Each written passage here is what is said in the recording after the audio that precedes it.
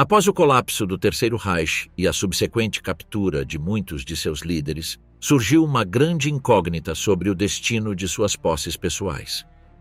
Após os julgamentos de Nuremberg e as execuções de vários altos comandantes nazistas, os corpos foram incinerados em segredo para evitar a criação de locais de culto e seus pertences foram confiscados pelos aliados.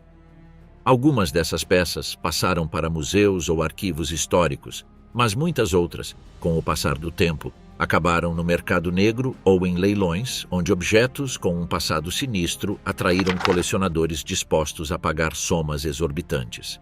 Entre os itens mais chamativos que vieram à tona estão os luxuosos bastões de Marechal de Hermann Göring, símbolos de sua megalomania, vendidos em leilões privados por valores milionários. Também foi documentada a existência do anel pessoal das SS de Heinrich Himmler, uma peça exclusiva concedida a membros seletos e que foi recuperada após seu suicídio. Diversos automóveis de luxo utilizados por líderes nazistas, como os blindados Mercedes-Benz, foram restaurados e leiloados por colecionadores na Europa e nos Estados Unidos. Recuperação histórica. O que aconteceu com os objetos dos executados em Nuremberg? Terminada a Segunda Guerra Mundial, começou na Europa um processo para julgar e condenar os principais dirigentes do nazismo e seus colaboradores. Vários países organizaram julgamentos próprios, mas os principais responsáveis pelo Terceiro Reich foram levados ao banco dos réus na cidade alemã de Nuremberg, e 12 deles foram condenados à forca. Adolf Hitler, Joseph Goebbels e Heinrich Himmler haviam morrido durante os últimos dias do conflito.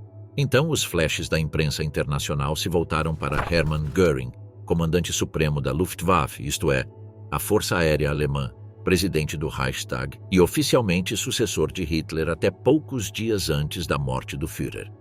Göring foi detido por tropas americanas em 6 de maio de 1945 e se tornou o personagem mais visado durante os julgamentos de Nuremberg. O tribunal, formado em outubro daquele ano por representantes das potências aliadas, tinha como objetivo julgar o envolvimento de uma longa lista de personalidades do Terceiro Reich nos crimes cometidos durante a guerra. Durante um ano passaram pela sala de julgamento de Nuremberg dezenas de acusados e testemunhas, incluindo 24 oficiais nazistas de alta patente que foram acusados de 4 crimes: conspiração para cometer crimes contra a paz, crimes de guerra e crimes contra a humanidade. Crimes contra a paz, crimes de guerra e crimes contra a humanidade.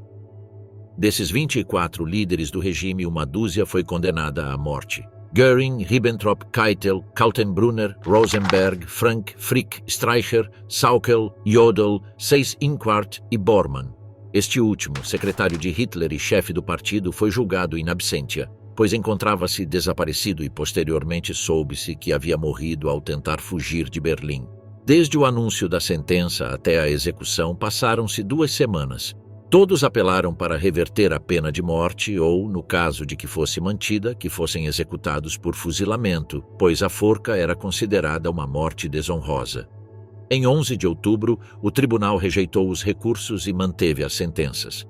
No dia seguinte, os condenados puderam ver suas famílias pela última vez, e as execuções foram programadas para a madrugada de 16 de outubro. Horas antes de ir ao cadafalso, Hermann Göring morreu em sua cela. Embora nunca tenha sido comprovado, é mais provável que o veneno tenha sido fornecido por algum americano. Em 2005, um ex-soldado americano confessou que uma mulher lhe deu uma caneta tinteiro com um medicamento dentro para que a entregasse a Göring. Enquanto Göring jazia no necrotério da prisão, os outros 10 condenados à morte foram enforcados um após o outro em 1 hora e 34 minutos no ginásio da prisão. A 1 hora e 11 minutos, Ribbentrop entrou no ginásio e foi o primeiro a ser enforcado. A todos foi permitido dizer algumas últimas palavras, e o mais comum foi alguma referência patriótica, como o caso do ministro das Relações Exteriores, Joachim von Ribbentrop, que disse com firmeza: "Deus proteja a Alemanha", e depois: "Meu último desejo é que a unidade alemã permaneça e que haja um entendimento entre o leste e o oeste e paz para o mundo." Enquanto outros seguiram proclamando seus discursos antissemitas até o último momento. Segundo a lei alemã, os corpos deveriam ser entregues às famílias dentro das 24 horas seguintes à execução, mas os aliados estavam preocupados de que os restos mortais ou o local de enterro de personagens como Göring se tornassem locais de culto nazista. Essa preocupação fez com que descartassem a ideia de entregar os corpos às famílias e decidiram incinerar os cadáveres e lançá-los no rio Isar. Antes disso, haviam sido propostas alternativas como levá-los de barco até o Mar do Norte e lançá-los em algum ponto do Atlântico ou enterrá-los na própria prisão, com o risco de que o centro se tornasse um local de culto. Na maioria dos casos, também foi incinerada sua roupa e uniformes, enquanto as insígnias ou joias com ouro, prata ou pedras preciosas foram conservadas para a reutilização desses materiais. Outras condecorações altamente simbólicas, como as cruzes de ferro, muitas vezes obtidas por ações criminosas, foram supostamente destruídas e eliminadas, para apagar qualquer vestígio da simbologia nazista da face da Terra. No entanto, existem versões que divergem a esse respeito. Para começar, durante o período em que alguns dos criminosos nazistas passaram na prisão, sabe-se que entregaram determinados bens, como condecorações, itens de prata e ouro e medalhas, como forma de extorsão para tentar obter benefícios frente aos guardas norte-americanos.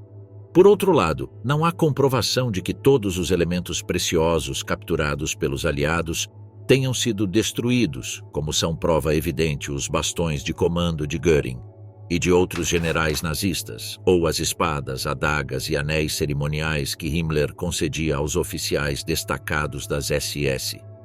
Em muitos casos, alguns desses elementos acabaram em museus doados por captores dos criminosos de guerra nazistas ou por colecionadores privados que os compraram de maneira lícita. Mas também existe um profundo mercado negro de memorabilia nazista, onde alguns itens como cruzes de ferro, anéis de caveira das SS, adagas cerimoniais ou simplesmente uniformes que pertenceram a nazistas reconhecidos são comprados e vendidos por centenas de milhares ou até milhões de dólares.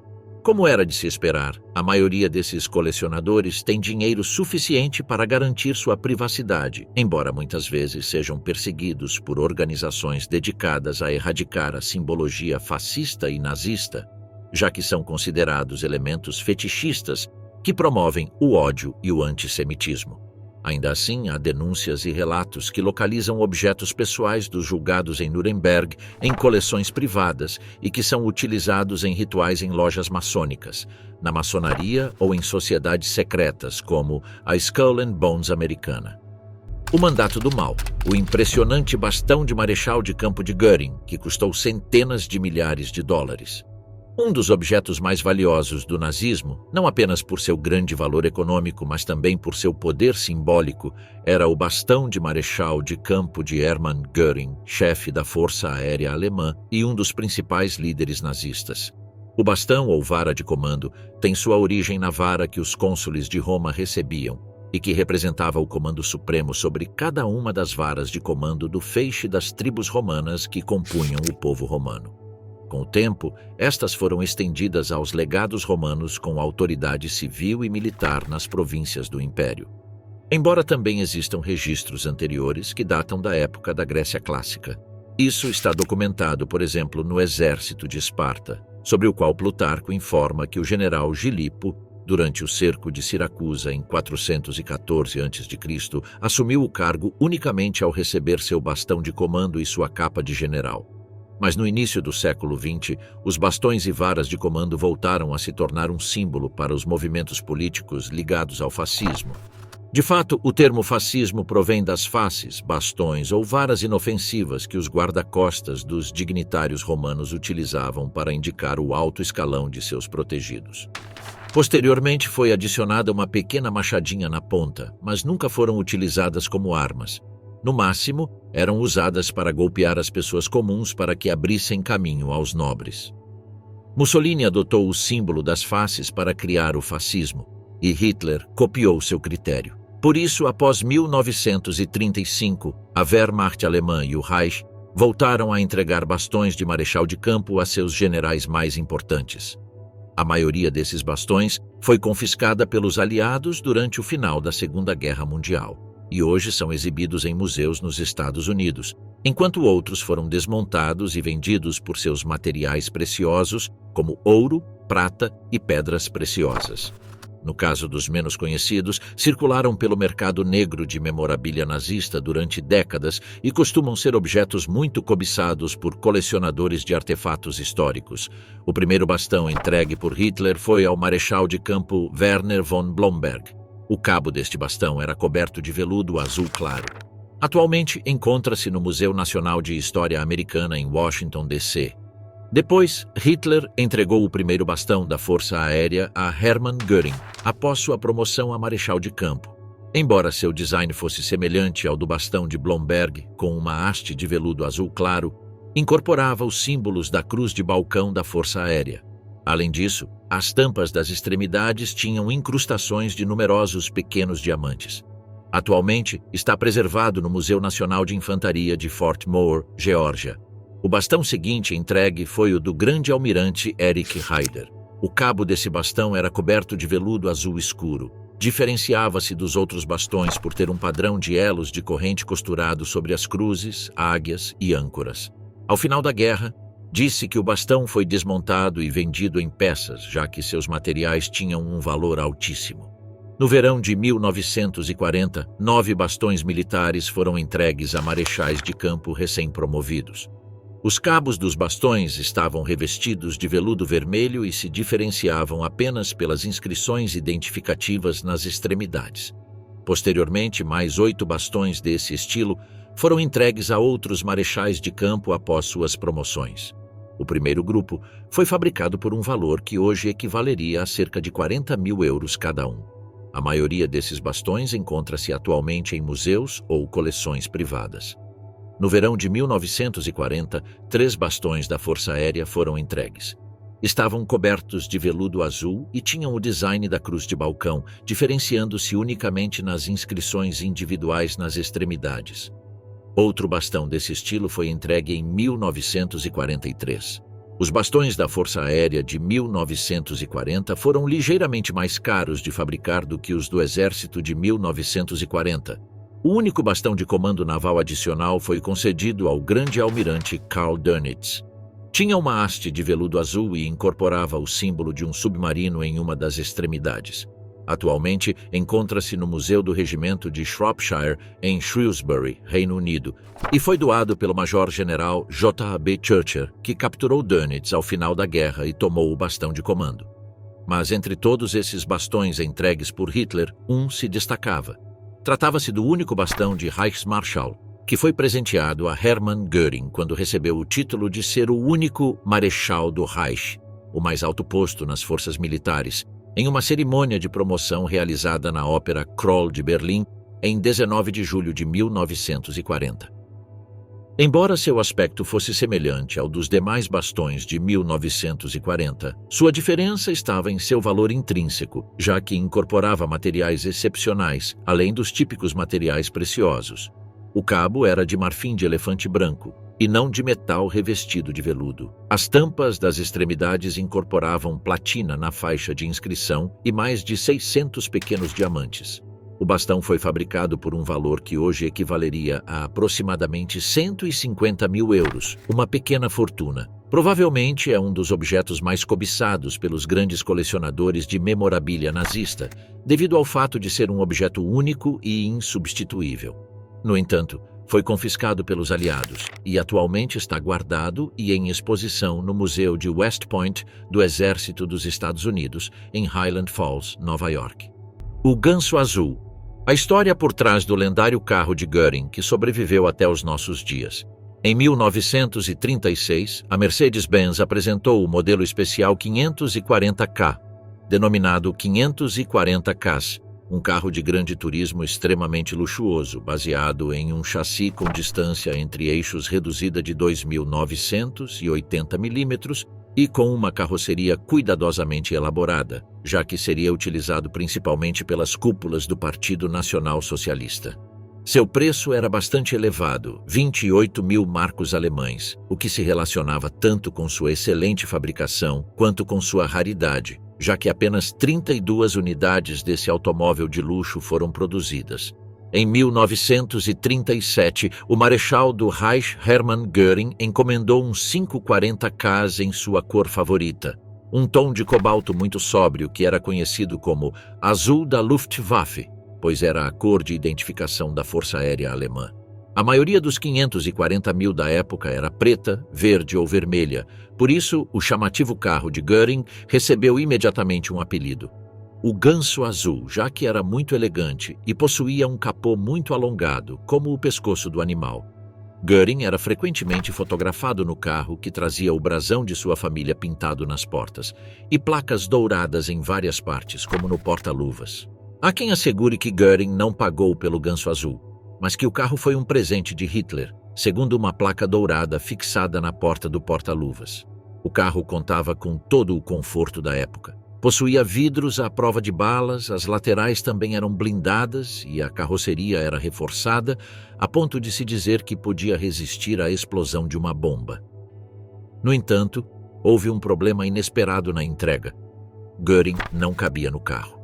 O marechal do Reich havia desenvolvido um grave vício em morfina e sofria de obesidade mórbida. Por isso, o 540 quilômetros teve que ser devolvido à Mercedes, e a empresa redesenhou os assentos, retirando parte do acolchoamento para permitir que o corpulento Reichsmarschall pudesse sentar-se ao volante. Apesar de todas as suas condecorações, Göring não dedicou a maior parte do seu tempo a estabelecer uma estratégia bem-sucedida para vencer a guerra aérea contra a Grã-Bretanha, mas sim a confiscar obras de arte roubadas e outras riquezas, além de se entregar ao vício da morfina, o que levou ao repúdio persistente de seus subordinados, que o chamavam de gordo bastardo. De qualquer forma, embora não lhe faltassem artefatos, obras de arte e outros caprichos luxuosos, entre todas as suas posses, o Mercedes 540K era o seu favorito, e existem inúmeras fotografias dele junto ao veículo. À medida que a guerra se aproximava do fim, os soldados da 101ª Divisão Aerotransportada, da 3ª Divisão de Infantaria do Exército dos EUA e da 2ª Divisão do Exército Francês falavam sobre a descoberta do famoso Ganso Azul como um prêmio de guerra, embora soubessem que as regras formais implicavam que um soldado raso nunca poderia se apoderar de um espólio de guerra tão importante quanto um carro de luxo que valia mais de $20 mil da época. Ainda assim, apenas encontrá-lo já era um prêmio suficiente para os soldados, pois o belo carro era um ícone da poderosa indústria alemã. Uma vez que os aliados chegaram ao complexo nazista de lazer em Berchtesgaden, perto da fronteira com a Áustria, os soldados descobriram que o enorme complexo onde Hitler, Göring, o secretário Martin Bormann e outros importantes nazistas tinham mansões privadas havia sido amplamente bombardeado pelos britânicos poucos dias antes. Por isso, em vez de procurar o Ganso Azul em garagens destruídas pelas bombas, os soldados passaram a saquear as adegas e os armários de bebidas da casa de Hitler em Berghof e das demais residências dos líderes nazistas. Afinal, esse espólio de guerra eles poderiam aproveitar por si próprios e não seria confiscado por seus superiores. Os aliados, a maioria dos quais havia sobrevivido ao massacre da Batalha das Ardenas, embriagaram-se até os ossos e algumas estimativas posteriores afirmam que beberam cerca de $1 milhão em um único fim de semana. Em uma das excursões impulsionadas pelo álcool, os soldados se depararam por acaso com um prédio que não havia sido totalmente destruído e descobriram uma garagem onde se encontrava o lendário Ganso Azul. Um dos soldados atirou no para-brisa do carro, pensando embriagado que ao fazer isso poderia desativar uma armadilha explosiva invisível. No entanto, nada explodiu. Os soldados estavam certos. Nenhum deles acabou adquirindo o carro de luxo que, uma vez confiscado, foi utilizado como veículo do Estado-Maior. O Major-General Maxwell Taylor o utilizou como veículo de comando na Alemanha Ocidental, até que foi posto a serviço do Tesouro dos EUA, sendo então enviado à América do Norte. Ao chegar a Washington, D.C., realizou uma turnê da vitória, onde foi apresentado como espólio de guerra por todo o país. Depois, em 1956, foi leiloado pelo exército dos EUA no campo de provas de Aberdeen, em Maryland, e vendido a Jacques Tunney, de Greenwich, Connecticut, que pagou $2.167 da época por ele. Realmente uma pechincha, se considerarmos que na Alemanha o carro custava 6 ou 7 vezes mais. Em 1958, Tunney vendeu o carro para a coleção particular do veterinário Dr. George Bitgood Jr., que decidiu pintá-lo de preto e restaurar o cromado das partes metálicas visíveis. Bitgood decidiu manter o ganso azul em caráter privado e só o exibiu uma vez na Feira do Condado de Durham, Connecticut, em 1973. Após a morte do veterinário, seus herdeiros receberam o carro, que foi exposto em junho de 2002 na 101ª reunião da Força Aérea em Fort Campbell, Kentucky. Posteriormente, a família Bitgood vendeu o carro para a Carnlough International Limited de Guernsey, seus atuais proprietários, com o acordo de que ele seria restaurado ao seu estado original, tal como foi encontrado em Berchtesgaden, e pintado com o icônico azul da Luftwaffe, que deu origem à lenda do ganso azul. Lembranças do ódio, o que aconteceu com as medalhas e condecorações de Hermann Göring. Hermann Göring ingressou no Exército Imperial Alemão em 1912 e, com o início da Primeira Guerra Mundial, foi transferido para a aviação, onde rapidamente se destacou como piloto de combate. À medida que acumulava abates na frente ocidental, sua reputação crescia entre seus camaradas e superiores. Por sua valentia no ar, recebeu a Cruz de Ferro de segunda classe e, pouco depois, a Cruz de Ferro de primeira classe. Essas condecorações, que simbolizavam o heroísmo individual e a lealdade ao Império, eram concedidas apenas àqueles que demonstravam méritos excepcionais em combate. Göring logo recebeu outras distinções, como a Medalha de Mérito Militar da Baviera e a Ordem de Mérito Militar da mesma região. Em 1918, após a morte do lendário Manfred von Richthofen, o Barão Vermelho, Göring foi nomeado comandante do Jasta 11, o esquadrão mais prestigioso da aviação alemã. Foi também condecorado com a Pour le Mérite, a mais alta distinção militar do Império Alemão. Esta cruz azul pendia de uma fita em torno do pescoço e era concedida pessoalmente pelo Kaiser.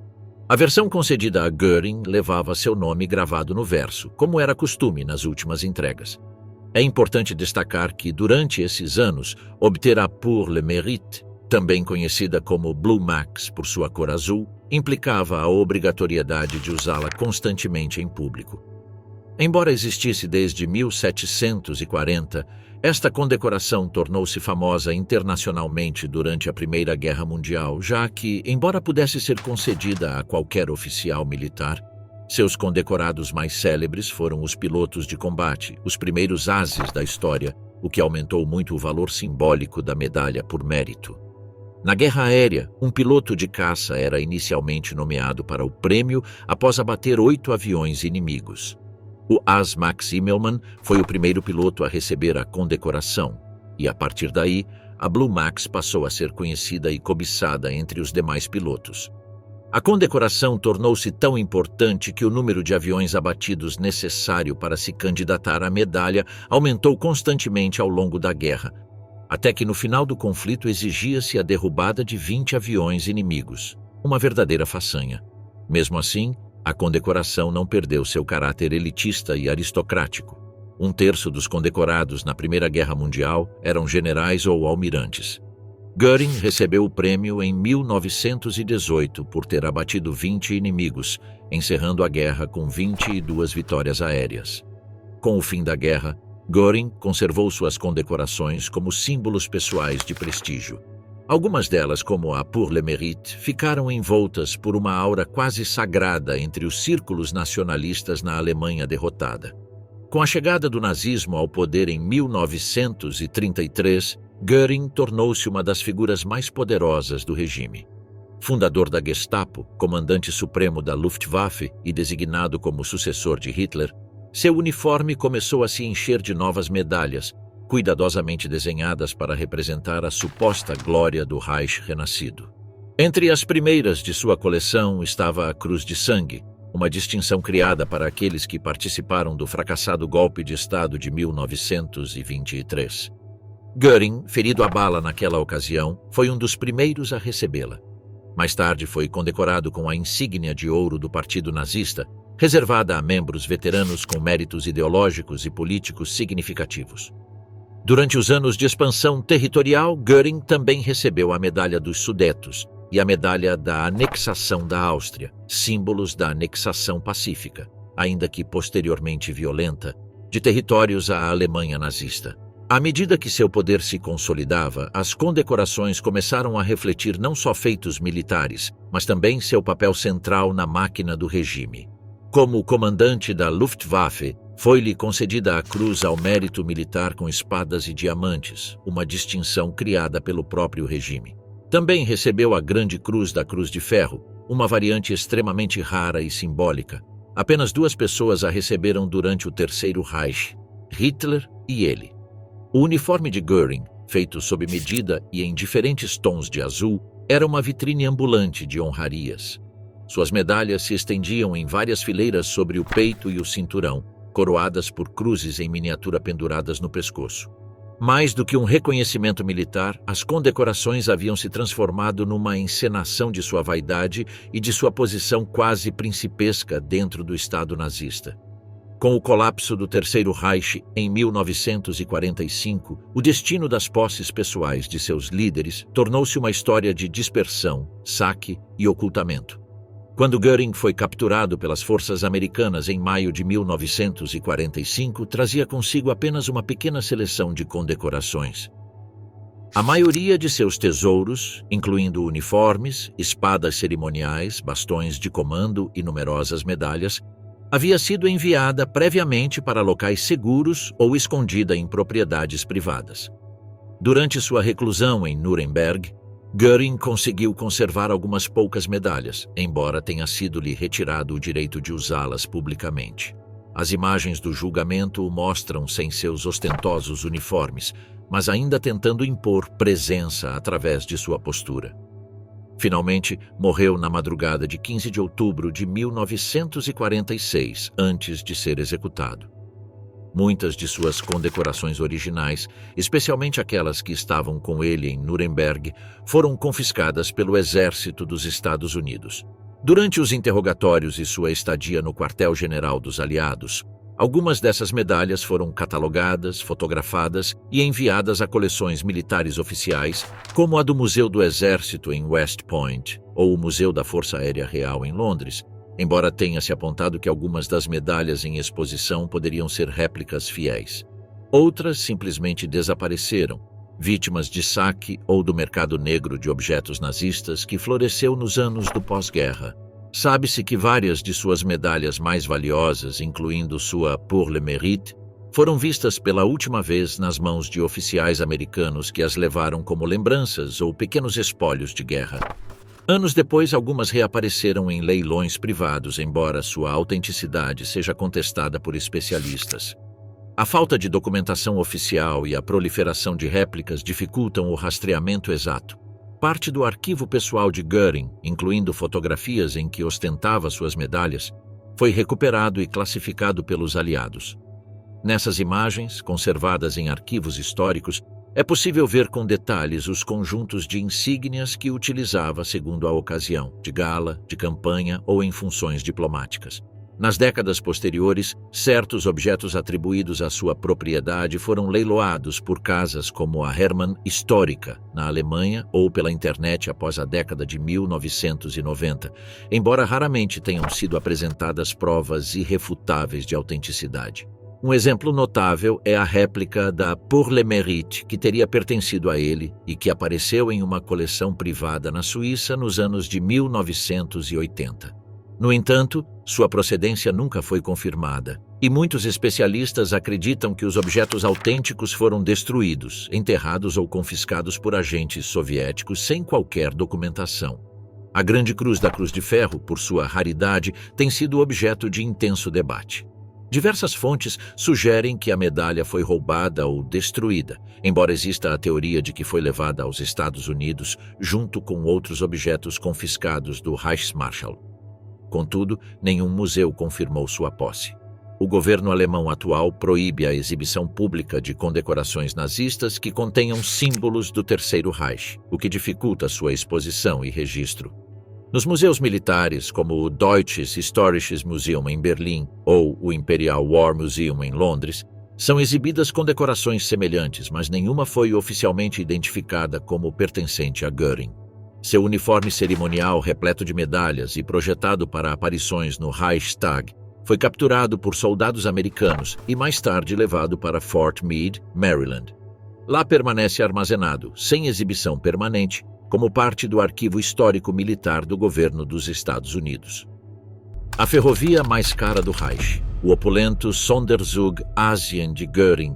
Durante a Segunda Guerra Mundial, Hermann Göring, comandante-chefe da Luftwaffe e figura proeminente do Terceiro Reich, dispunha de um trem especial conhecido como Sonderzug Asien.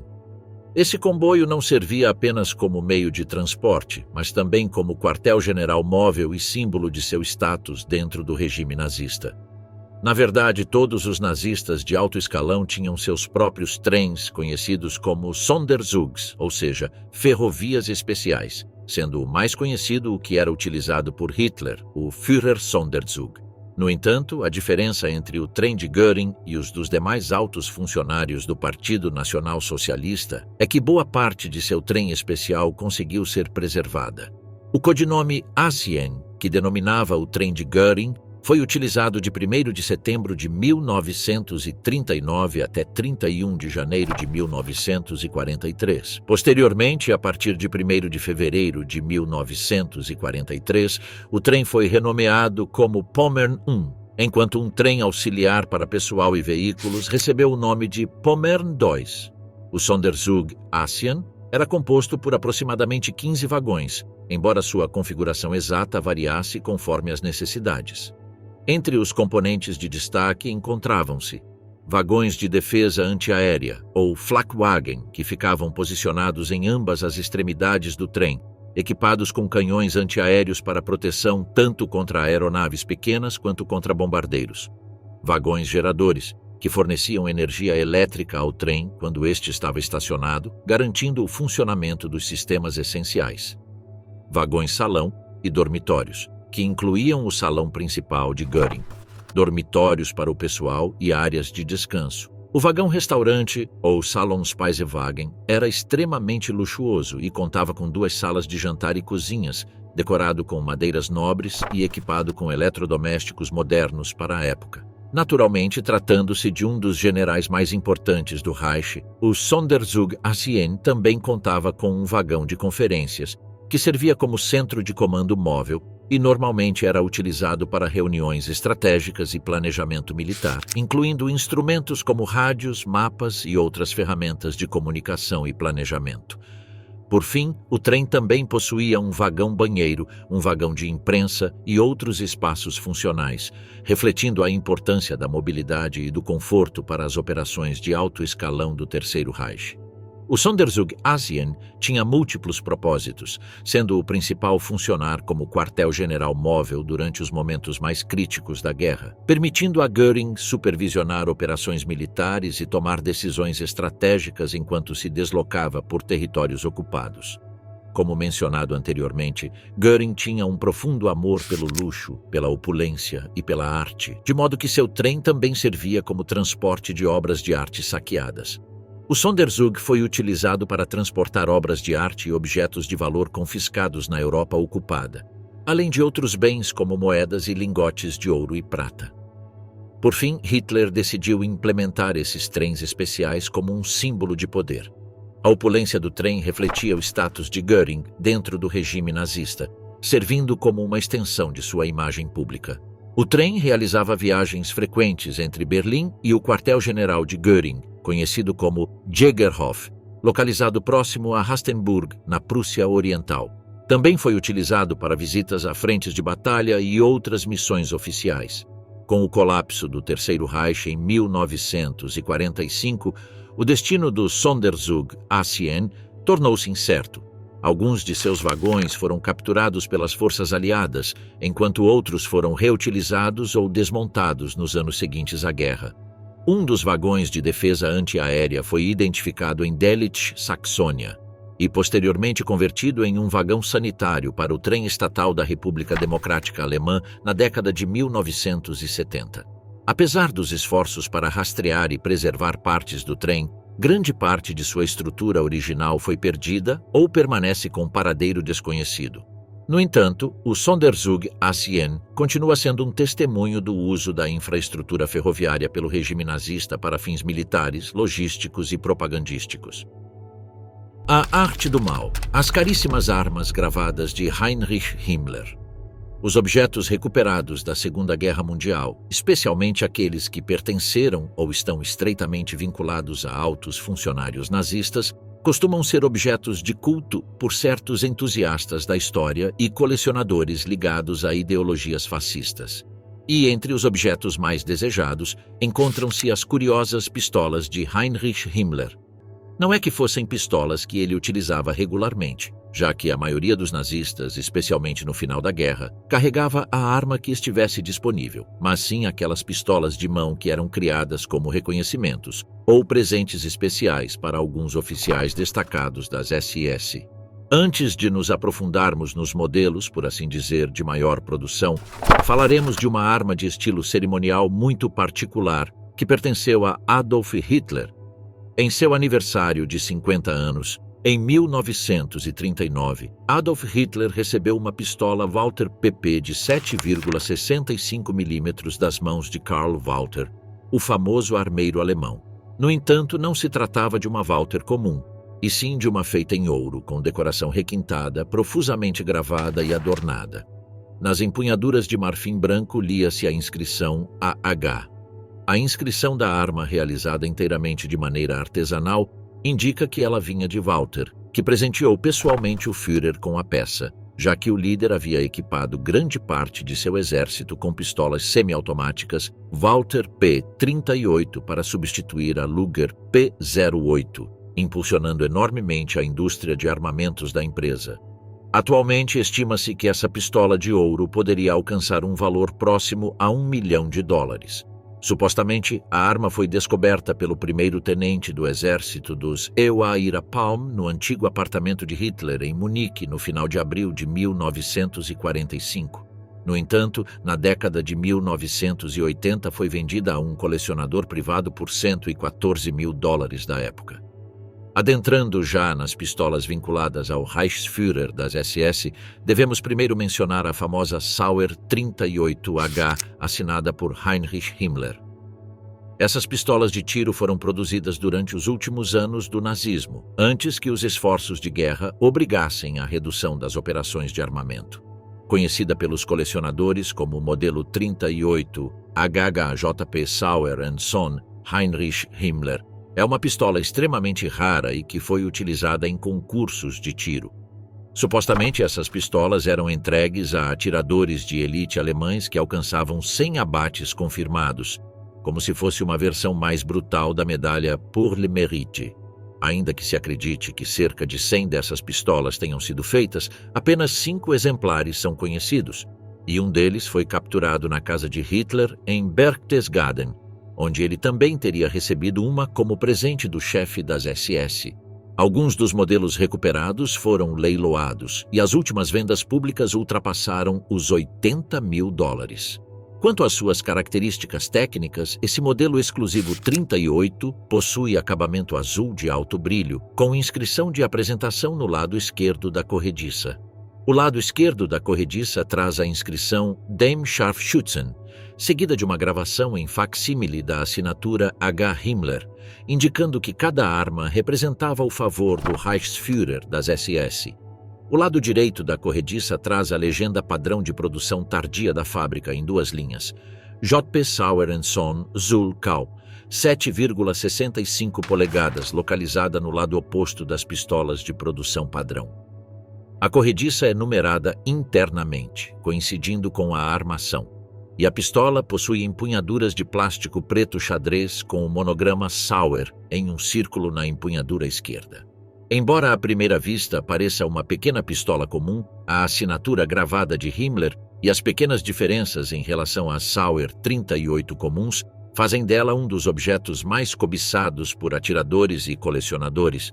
Atualmente, milhares de réplicas são vendidas pela internet.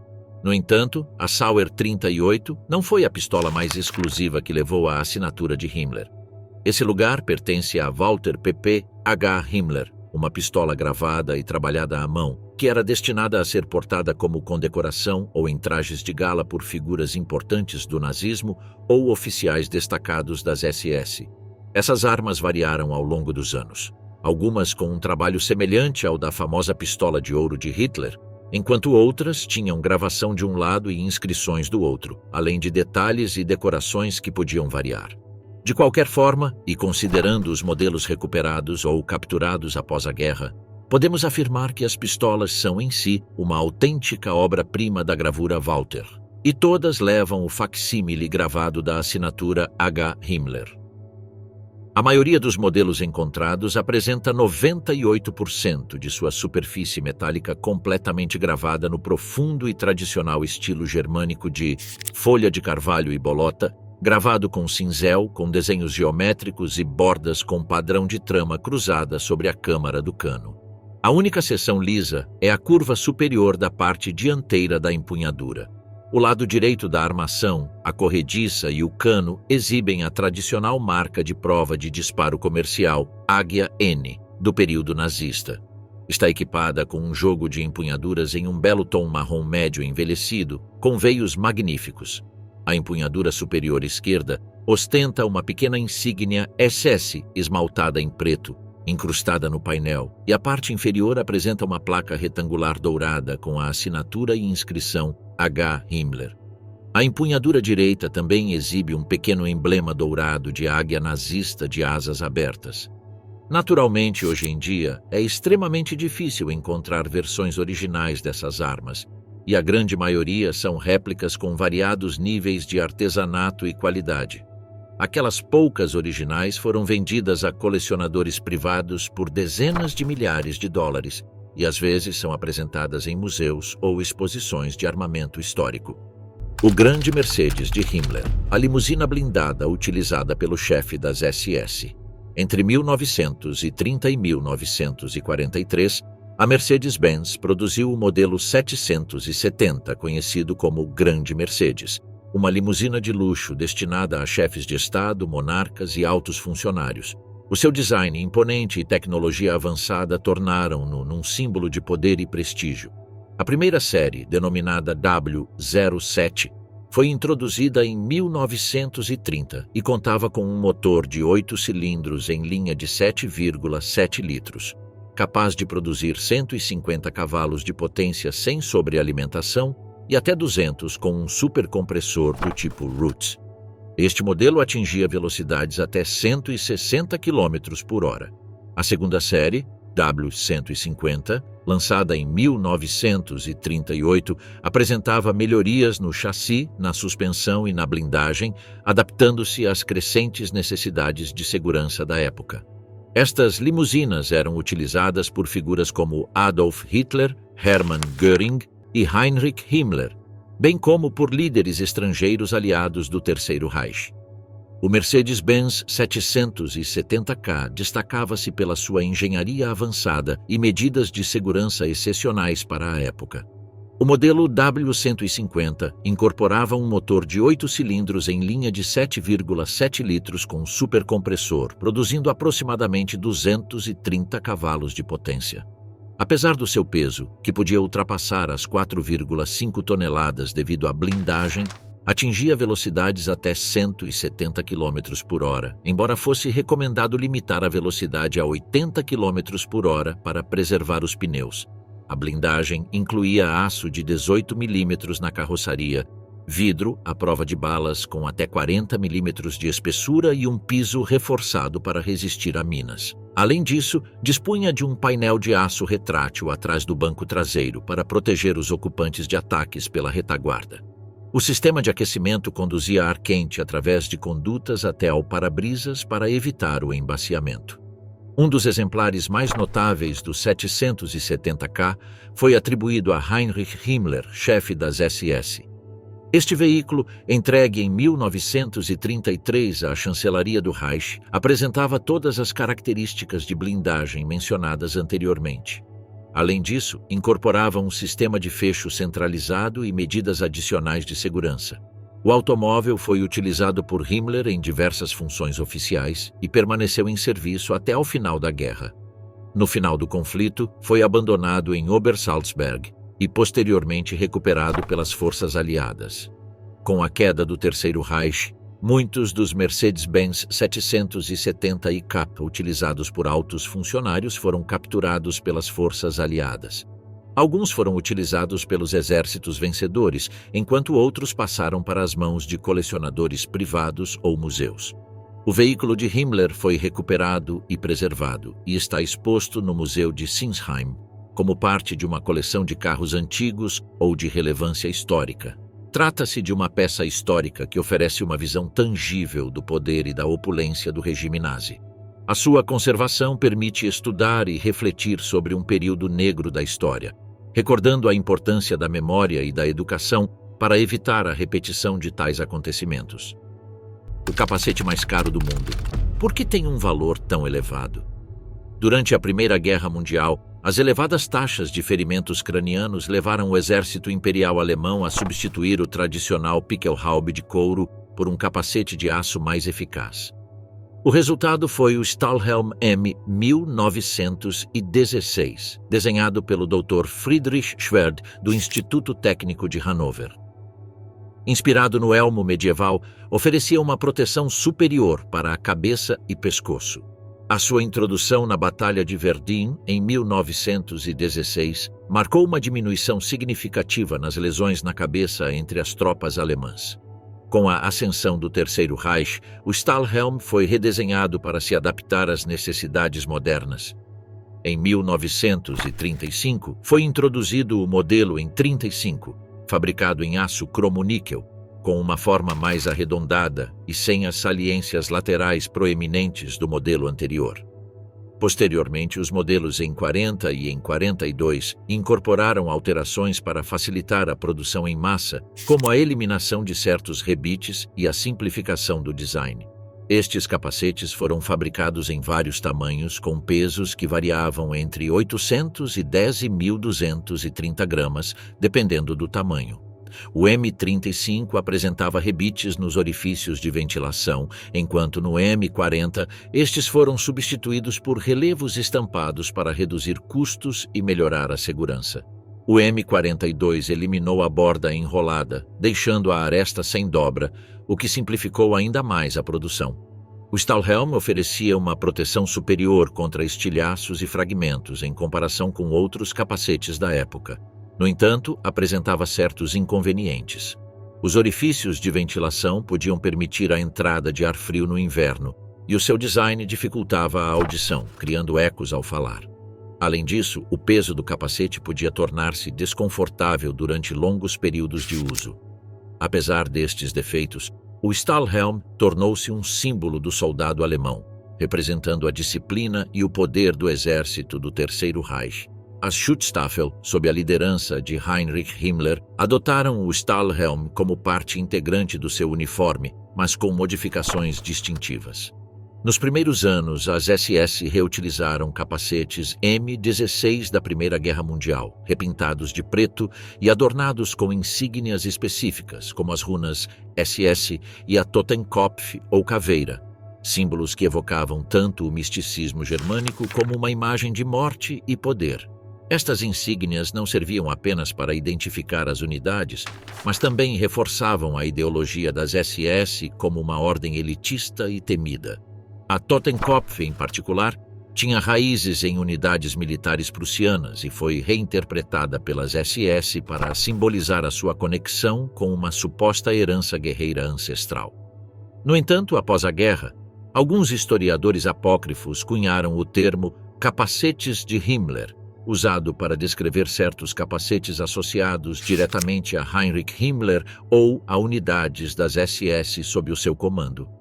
Não existe, porém, evidência conclusiva de que Himmler tivesse um modelo de capacete personalizado. Ainda assim, os entusiastas da história militar continuam a usar esse termo para se referirem a capacetes padrão das SS que, devido à sua associação com Himmler e as unidades de elite, adquiriram uma aura especial, ou foram simplesmente adornados com simbologia relacionada às Schutzstaffel. Também existem réplicas falsas que se popularizaram na internet e mostram capacetes com insígnias apócrifas, cruzes ou decorações metálicas que não eram realmente utilizadas na época. Os capacetes originais, frequentemente modelos M35 ou M40, podiam sim apresentar as características distintivas das SS, como os decalques com as runas e a caveira, e eram utilizados por unidades como a Leibstandarte SS Adolf Hitler e as SS Totenkopfverbände, responsáveis pela administração dos campos de concentração. Após a Segunda Guerra Mundial, muitos capacetes alemães foram reutilizados por outros países ou passaram para as mãos de colecionadores. Os capacetes das SS, devido à sua raridade e às conotações históricas, tornaram-se objetos de alto valor no mercado de antiguidades militares. Contudo, a sua exibição e venda estão reguladas em vários países devido às leis que proíbem a promoção de símbolos nazis. Na verdade, acredita-se que um destes capacetes possa ser o mais caro do mundo, e não é outro senão aquele que pertenceu ao próprio Reichsführer das SS, Heinrich Himmler. Após a captura de Himmler, as forças norte-americanas entraram na sua vila, uma grande mansão situada à beira do lago Tegernsee, que havia sido convertida num pequeno quartel-general com paredes e telhado reforçados para resistir a bombardeamentos. Quando os aliados entraram na casa do Reichsführer, não encontraram a sua família, que já havia fugido, mas o local estava repleto de objetos pessoais do dirigente nazi, além de outros objetos de valor, como obras de arte, armas, ouro e bebidas extremamente caras. A grande maioria dos objetos pessoais de Himmler foi destruída, embora alguns soldados tenham conseguido recuperar medalhas, armas de pequeno porte, fotografias, insígnias e outras recordações que, na maioria dos casos, seriam apreendidas pelas autoridades ou vendidas ilegalmente após a guerra. Um desses casos foi o do cabo Raymond W. Dicard, um jovem americano que participou nas rusgas e regressou aos Estados Unidos com uma recordação muito particular, um dos famosos capacetes pretos das SS. Mas este tinha uma grande diferença em relação a todos os outros modelos capturados. No seu interior estava gravado o nome do próprio Reichsführer das SS, Heinrich Himmler, indicando que era o seu capacete pessoal que havia usado no início da guerra até ao ano de 1940. Após a morte de Dicard, o seu filho doou o capacete ao Museu da Herança Judaica em Nova York, onde permanece até hoje em exposição. E embora nunca tenha sido leiloado, pelo que não há um preço específico de venda associado a este curioso objeto, considera-se que é o capacete mais caro do mundo. Isto deve-se ao facto de se tomar como referência um capacete semelhante, que pertenceu a um oficial das SS de muito menor patente, vendido por $6.500 num leilão em Nova York no ano de 2022. O que já é um preço impressionante para um capacete, é apenas uma fração do que poderia valer o capacete de Himmler, que se estima poder multiplicar esse valor por 10, ultrapassando inclusive capacetes de coleção pertencentes à Idade Média. No entanto, o Museu do Holocausto não planeia vendê-lo, e provavelmente nunca o fará. Hoje em dia, estes capacetes são estudados não só como artefactos militares, mas também como símbolos de uma ideologia que causou estragos na Europa. A sua análise proporciona uma visão sobre como o design e a simbologia foram utilizados para incutir medo e consolidar o poder durante o regime nazi. Todo o ouro do mundo. O tesouro perdido do faustoso ministro von Ribbentrop. Joachim von Ribbentrop foi uma das figuras mais controversas do Terceiro Reich. Embora não fosse oriundo da nobreza alemã, conseguiu inserir-se nas altas esferas do poder nazista graças a uma mistura de ambição, oportunismo e uma habilidade inata para transitar entre diplomatas e líderes autoritários. Nascido em 1893 em Wesel, na Prússia, Ribbentrop teve uma juventude errante, marcada por estadias no Canadá, no Reino Unido e na França. Durante a década de 1920, estabeleceu-se na Alemanha como comerciante de vinhos e conseguiu acumular uma fortuna modesta, o que lhe permitiu acessar círculos sociais exclusivos. Foi nesse ambiente que conheceu Adolf Hitler. Impressionado com seu estilo refinado, seus modos europeus e suas conexões internacionais, Hitler o incorporou como assessor em política externa. Ribbentrop ascendeu rapidamente. Em 1933 foi designado embaixador especial do Terceiro Reich e, mais tarde, embaixador em Londres, onde tentou sem sucesso forjar uma aliança entre a Alemanha e o Reino Unido. Em 1938, Hitler o nomeou ministro das Relações Exteriores. cargo que ocupou até o colapso do regime nazista em 1945. Como chanceler do Reich, Ribbentrop teve um papel crucial nas relações internacionais do regime. Foi o principal arquiteto do Pacto de Não Agressão Germano-Soviético, também conhecido como Pacto Ribbentrop-Molotov, assinado em 23 de agosto de 1939. Esse acordo selou temporariamente a paz entre dois inimigos ideológicos irreconciliáveis, a Alemanha nazista e a União Soviética de Stalin. Sua cláusula secreta, que dividia a Europa Oriental em zonas de influência, foi o estopim direto para a invasão da Polônia e para o início da Segunda Guerra Mundial. Ribbentrop também participou da coordenação diplomática que justificou a ocupação da Áustria e da Tchecoslováquia, e foi um defensor ferrenho da expansão territorial alemã sob o conceito de Lebensraum. No entanto, para além de seu papel como ministro, Ribbentrop também foi um símbolo do luxo desenfreado e do saque sistemático que caracterizou muitos hierarcas nazistas. Durante a guerra, cercou-se de um estilo de vida que contrastava brutalmente com a destruição e o sofrimento do povo europeu. Habitava uma vila opulenta em Berlim, decorada com móveis franceses do século XVIII, tapetes persas, tapeçarias renascentistas e uma extensa coleção de obras de arte roubadas.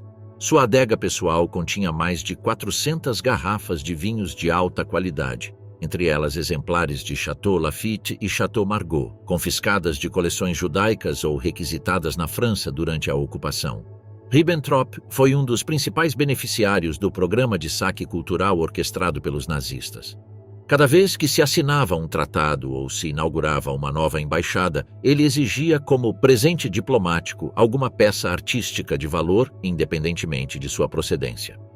Os relatórios posteriores à guerra revelam que parte significativa de sua riqueza provinha do saque direto de propriedades judaicas e de museus europeus. Não se tratava apenas de uma ambição econômica, mas também de uma forma de validação pessoal. Ribbentrop, que havia comprado seu título de nobreza ao casar-se com Annelies Henkel, filha de um magnata do champanhe, ansiava pelo reconhecimento das elites aristocráticas europeias. Suas festas diplomáticas eram eventos cuidadosamente coreografados, com convidados estrangeiros, orquestras, taças de cristal e iguarias requintadas.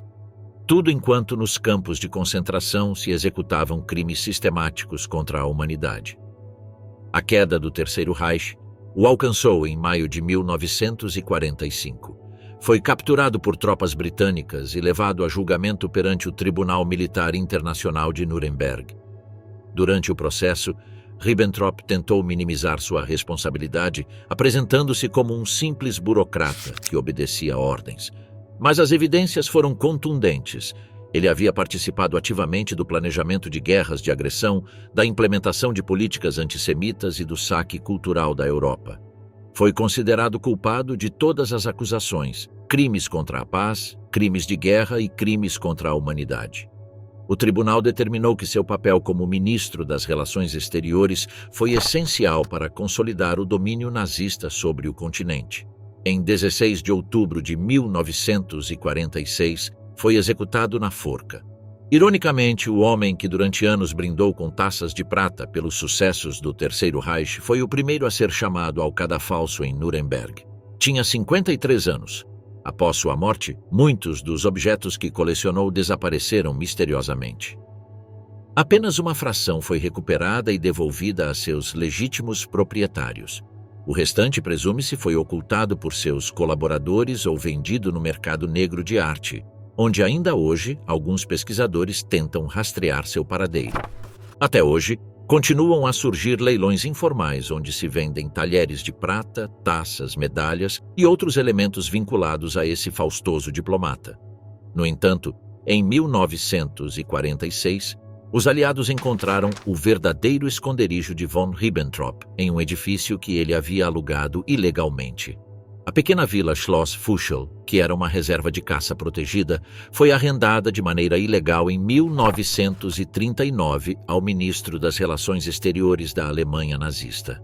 Perto da casa, Joachim von Ribbentrop escondeu vários quilos de moedas de ouro que foram recuperadas.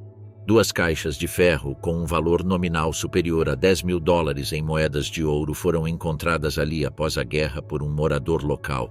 e muitos pesquisadores asseguram que é possível que mais tesouros tenham sido escondidos. No alto das montanhas, na zona conhecida como Auseerland, sabe-se que foram escondidos bilhões de dólares em tesouros alemães da Segunda Guerra Mundial, grande parte dos quais se diz estarem submersos nas águas geladas de lagos de montanha. Em 1946, agentes da inteligência americana encontraram uma página arrancada de um livro de contabilidade nazista que listava um único esconderijo em algum lugar da Áustria: 166 milhões de dólares em francos suíços, 299 milhões de dólares americanos, 31 bilhões de dólares em ouro, 3 milhões de dólares em diamantes, 93 milhões de dólares em coleções de selos e objetos de arte, e mais de 5 bilhões de dólares em narcóticos. Uma série de tesouros que, juntos, somam um impressionante valor total de 37 bilhões de dólares. Até onde se sabe, esse tremendo tesouro nunca foi encontrado. Por esse motivo, muitos caçadores de tesouros continuam procurando na região e em todas as áreas vinculadas ao faustoso ministro von Ribbentrop.